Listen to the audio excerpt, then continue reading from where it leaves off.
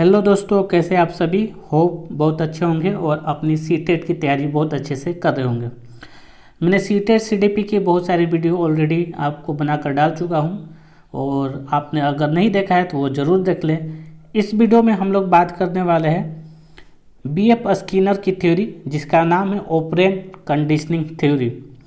Operant conditioning theory क्या होता है, इसके बारे में विस्तृत रूप से हम लोग बात करेंगे। सबसे पहले हम लोग बात करते हैं कि इसके दूसरे नाम जो कि आपको एग्जामिनेशन में देखने को मिलेंगे, उसको बोला जाता है रिस्पॉन्ड स्टिमुलस थ्योरी, अनुक्रिया उद्दीपक सिद्धांत, प्रोग्राम लर्निंग, अभिक्रमित अनुदेशन या फिर इंस्ट्रूमेंटल कंडीशनिंग, नैमितिक अनुबंधन। ये तीनों नाम आपको एग्जाम में बदल कर दिए जा सकते हैं, तो आपको ये तीनों नाम याद रखना होगा। इसको शॉर्ट में आरएस थ्योरी भी बोला जाता है, ठीक है, यानी कि रिस्पॉन्स स्टिमुलस थ्योरी बोला जाता है। बीएफ स्किनर की बात करें तो बीएफ स्किनर का पूरा जो नाम है वो है बरहूस फ्रेडरिक स्किनर, ठीक है। इनको फादर ऑफ ऑपरेंट कंडीशनिंग कहा जाता है। ये अमेरिका के साइकोलॉजिस्ट थे और ये बिहेवियरिस्ट थे, यानी कि बिहेवियर पर ये काम करते थे। इन्होंने एक एक्सपेरिमेंट किया था, एक पिजन पर और दूसरा ये माउस पर, ठीक है। तो इन्होंने क्या किया था, एक पिजन को एक चेम्बर में रख दिया था छोटा सा, जिसमें दो बल्ब लगे थे, रेड और ग्रीन। यहाँ पर आप देख सकते हैं एक बटन लगा था और यहाँ पर फूड हॉपर था। तो जब कबूतर यानी पिजन को इसमें रख दिया गया था, तो जब भूख लगी इसको तो ये इधर उधर चोंच मारने लगे, ठीक है। लेकिन जब ये यहाँ पर इस की वाले पर प्रेस की तो इसको फूड मिल गया। फिर दोबारा जब इसको भूख लगी तो इधर उधर चोंच मारी, फिर इस पर मारी, यानी कि इस की पर मारी, इस की पर चोंच इसने किया तो उसको फूड मिल गया। तो बार बार रिपीट करने के बाद एक समय ऐसा भी आया जब पिजन को भूख लगी तो वो इधर उधर चोंच ना मारकर डायरेक्ट इस की पर ही चोंच मारी और उसके बाद उसको फूड मिल गया। इसी तरह चूहे को भी, चूहे को जब भूख लगा तो चूहे ने यहाँ पर लीवर है, इधर उधर मतलब करने के बाद एक बार उसको लीवर पर उसका पैर चला गया और उसको फूड मिल गया। तो ये बिहेवियर बार बार करने के बाद चूहा पर भी रिपीट किया गया और पिजन पर भी। तो इसका निष्कर्ष क्या निकला, तो ये थ्योरी मैंने लिख दी है कि बीएफ स्किनर ने एक विशेष उपकरण तैयार किया जिसे स्किनर बॉक्स के नाम से जाना जाता है। जब एक भूखा चूहा लीवर को दबाता है तो फीडर तंत्र सक्रिय हो जाता है, फिर एक प्रकाश और विशेष ध्वनि उत्पन्न होती है तथा भोजन की छोटी गोली भोजन के प्याले में गिर जाती है। ध्वनि ने चूहे के लिए एक संकेत के रूप में काम किया। चूहे को भोजन के रूप में पुरस्कार मिला। लीवर को दबाने वाली प्रत्येक उचित प्रक्रिया जो चूहे को बार बार उसी व्यवहार को दोहराने के लिए प्रेरित करती है। इस तरह चूहे ने लीवर को दबाना सीख लिया, ठीक है। अब जब इसका निष्कर्ष निकालते हैं कि इस जब उन्होंने इस एक्सपेरिमेंट को किया तो इनको क्या निष्कर्ष मिला कि इससे निष्कर्ष निकलता है कि क्रिया प्रसूत व्यवहार यानी कि ऑपरेंट बिहेवियर उद्दीपक स्टिमुलेट पर आधारित ना होकर अनुक्रिया रिस्पॉन्स पर आधारित होता है। यानी कि अगर हम कोई भी काम कर रहे हैं तो ज़रूरी नहीं है कि हमारे पास उद्दीपक हो, यानी कि कोई चीज़ अगर कोई वस्तु हमारे सामने है तो उसको देखकर ही हम काम करें, ऐसा ज़रूरी नहीं है। वो काम करने के बाद हमको रिस्पॉन्स कैसा मिल रहा है उस पर डिपेंड करता है हमारा व्यवहार, ठीक है। अगर मान लीजिए कोई बिहेवियर, कोई आदत आपको लगानी है, तो जैसे कि मान लीजिए मैं एग्जांपल देता हूँ। एक बच्चा है और टीचर उसको होमवर्क देती है। बच्चा घर से होमवर्क करके लाता है तो उसको टीचर शाबाशी देती है सब क्लास के सामने, उसको अच्छा कहती है कि ये रोज़ होमवर्क करता है, उसको रोज़ शाबाशी मिलती है। और अगर बच्चा रोज़ रोज़ ऐसा करता है तो रोज़ रोज़ उसको क्या मिल रहा है, उसको रिस्पॉन्स के रूप में उसको टीचर से सम्मान मिल रहा है, बच्चों के बीच सम्मान मिल रहा है। तो वो क्या करेगा बच्चा कि जब भी उसको होमवर्क मिलेगा तो वो अच्छे से बनाकर लाएगा, ठीक है। तो वो रिस्पॉन्स हो गया। अगर मान लीजिए वही टीचर उस पर उतना ध्यान ना दे, अगर होमवर्क टीचर दी लेकिन और अगले दिन टीचर ने चेक किया लेकिन कोई शाबाशी नहीं दी, तो बच्चा होमवर्क में उतना इंटरेस्ट नहीं दिखाएगा। तो यही स्किनर कर रहा है कि आपके सामने ज़रूरी नहीं है कि कोई स्टिमुलस हो, उद्दीपक हो, उद्दीपक को देखकर ही आप काम करें। उद्दीपक क्या होता है? उद्दीपक कोई भी वस्तु हो सकता है, जैसे कि मान लीजिए खाना आपके लिए उद्दीपक हो सकता है ना।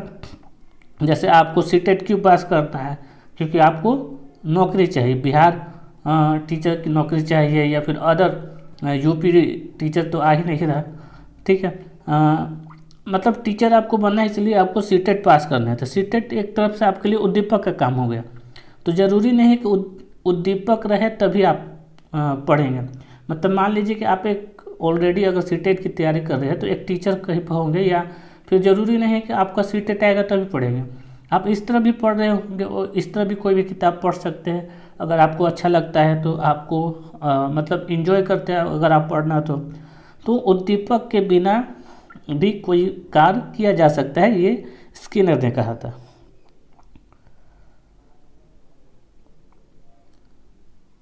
आगे बात करते हैं बिहेवियर डेवलपमेंट। व्यवहार में परिवर्तन दो चीज़ों पर डिपेंड करता है, एक तो रीइंफोर्समेंट, दूसरा पनिशमेंट। रीइंफोर्समेंट को पुनर्बलन बोलते हैं और पनिशमेंट यानी दंड।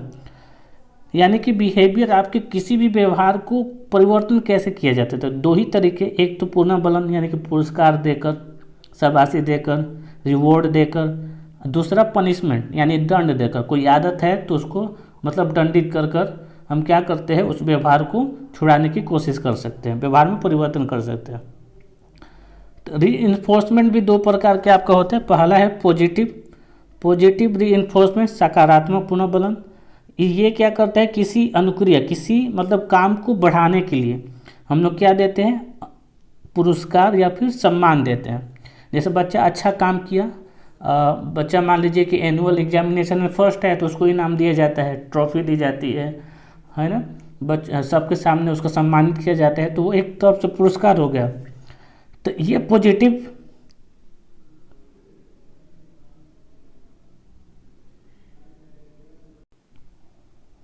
क्या हो गया, ये पॉजिटिव रीइंफोर्समेंट हो गया। अब बात करते हैं रीइंफोर्समेंट निगेटिव भी हो सकता है। कैसे? तो निगेटिव रीइंफोर्समेंट, नकारात्मक पुनर्बलन, अनुक्रिया को कम करने के लिए, यानी किसी बिहेवियर को, कोई आदत को कम करने के लिए। जैसे teacher can eliminate that night homework if kid study hard and accomplish a lot in class. यानी कि मान लीजिए एक टीचर है, किसी दिन वो होमवर्क को क्या कर सकती है कि नहीं देगी। मतलब रोज़ तो आपको होमवर्क मिलता होगा, बच्चे रिलेट कर पाएंगे, रोज़ होमवर्क मिलता है, लेकिन एक दिन क्या कर सकते हैं, होमवर्क नहीं मिलेगा। अगर कोई बच्चा बहुत अच्छा पढ़ाई कर रहा है और हम सेट कर देते हैं कि अगर मैं टेस्ट ले रहा हूँ और टेस्ट में आप इतना नंबर आ जाएगा तो आपको एक दिन होमवर्क से छुटकारा मिल जाएगा। तो ये मतलब होमवर्क नहीं देना तो बैड चीज़ है, अच्छी चीज़ नहीं है, नेगेटिव है। लेकिन फिर भी मतलब अगर वो बच्चा अच्छा नंबर लाते हैं, अच्छा टेस्ट में कर रहा है, तो एक दिन के लिए हम लोग वैसा कर सकते हैं। तो ये एक तरफ से नेगेटिव रीइंफोर्समेंट हो गया, ठीक है। अब पनिशमेंट की बात करते हैं। पनिशमेंट ये भी दो प्रकार के होते हैं, पॉजिटिव पनिशमेंट और नेगेटिव पनिशमेंट, यानी सकारात्मक दंड। यह तब होता है जब एक प्रक्रिया उत्तेजना उत्पन्न करती है और भविष्य में संभावना में कमी आती है। छात्र को कक्षा में खेलने से रोकने के लिए छात्र को डांटना, बिना हेलमेट के गाड़ी चलाते समय पुलिस द्वारा चालान काटना, यह सब पॉजिटिव पनिशमेंट है। यानी कि ऐसा काम जो आपको भविष्य में मतलब वो आदत को कम करने के लिए या वो आदत को ख़त्म करने के लिए जब कोई पनिशमेंट दिया जाता है तो उसको पॉजिटिव करते हैं, ठीक है। जैसे लिखा है कि हेलमेट पहन कर गाड़ी को चलाना चाहिए। अगर पुलिस देख लेगी अगर आपके पास हेलमेट नहीं है तो वो चालान करेगी, तो वो किस में आएगा, पॉजिटिव पनिशमेंट के अंदर आएगा। दूसरा बात करते हैं नेगेटिव पनिशमेंट के बारे में। नेगेटिव पनिशमेंट क्या होता है, तो किसी व्यवहार को समाप्त करने के लिए नापसंद उद्दीपक करना, ठीक है।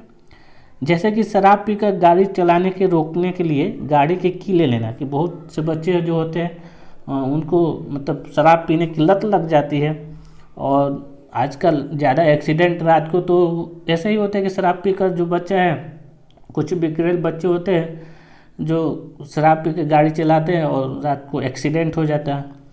तो वैसे के लिए क्या होता है कि कभी कभी पापा क्या करते हैं कि वो गाड़ी की ही ले लेंगे कि ना गाड़ी की मैं दूंगा और ना ही तुम गाड़ी शराब पी कर गाड़ी को चलाओगे। तो ये क्या है, मतलब आपको तो ये अच्छा नहीं लगेगा। अगर कोई आपकी गाड़ी, भले ही आपके पापा है, आपकी गाड़ी की चाबी आपसे छीन लें तो वो आपको अच्छा नहीं लगेगा, निगेटिव पनिशमेंट है। तो ऐसे चीज़ों के लिए ये किया जाता है निगेटिव पनिशमेंट। अब रीइंफोर्समेंट की बात जहाँ पर हो रही है तो रीइंफोर्समेंट को शेड्यूल किया जाता है, यानी कि इसमें 3 प्रकार बताया गया है कि कैसे कैसे रीइंफोर्समेंट यानी पुनर्बलन देना चाहिए। पहला है कंटिन्यूअस रीइंफोर्समेंट, दूसरा है पार्शियल इंटरमीडिएट रीइंफोर्समेंट और तीसरा है एक्सटिंक्शन। कंटिन्यूअस यानी कि आप लगातार रोज रोज बच्चा होमवर्क करके ला रहा है, आप उसको रोज शाबाशी दे रहे हैं, ठीक है। एक है पार्शियल या फिर इंटरमीडिएट रीइंफोर्समेंट, यानी कि मान लीजिए कि जब अर्धवार्षिक परीक्षा हो रहा है या फिर उसके बाद वार्षिक परीक्षा हो रहा है, एनुअल एग्जामिनेशन हो रहा है, उसमें आपको जो रीइंफोर्समेंट मिलता है वो कैसा होता है, पार्शियल होता है, यानी कि 6 महीना पर एक मिल रहा है, फिर 1 साल भर पर मिल रहा है, यानी कि एक अंतराल के बाद मिल रहा है, वो पार्शियल होता है। अगर कोई भी पुनर्बनल नहीं दिया जाता है तो वो व्यवहार विलोप हो जाता है, एक्सटिंक्शन यानी कि ख़त्म हो जाता है, ठीक है। तो इन तीनों में से कौन सा पुनर्बलन देना चाहिए, तो आपको पार्शियल देना चाहिए। अगर कंटिन्यूअस रीइंफोर्समेंट देंगे तो क्या होगा कि उस चीज़ में आपको इंटरेस्ट कम हो जाएगा। इसलिए कहा जाता है कि रीइंफोर्समेंट देना अच्छी बात है, लेकिन पार्शियल दीजिए ताकि इंटरेस्ट बना रहे बच्चे का। तो होप ये वीडियो आपको बहुत अच्छा लगा होगा। और स्किनर की थ्योरी मैंने सरल तरीके से बताने की कोशिश की है। अगर आपको इसके बाद भी कोई क्वेश्चन है तो आप कमेंट कर सकते हैं, कोई कुछ पूछना चाहते हैं तब भी कमेंट कर सकते हैं। और वीडियो अच्छा लगा है तो वीडियो को लाइक शेयर और चैनल को सब्सक्राइब जरूर करें।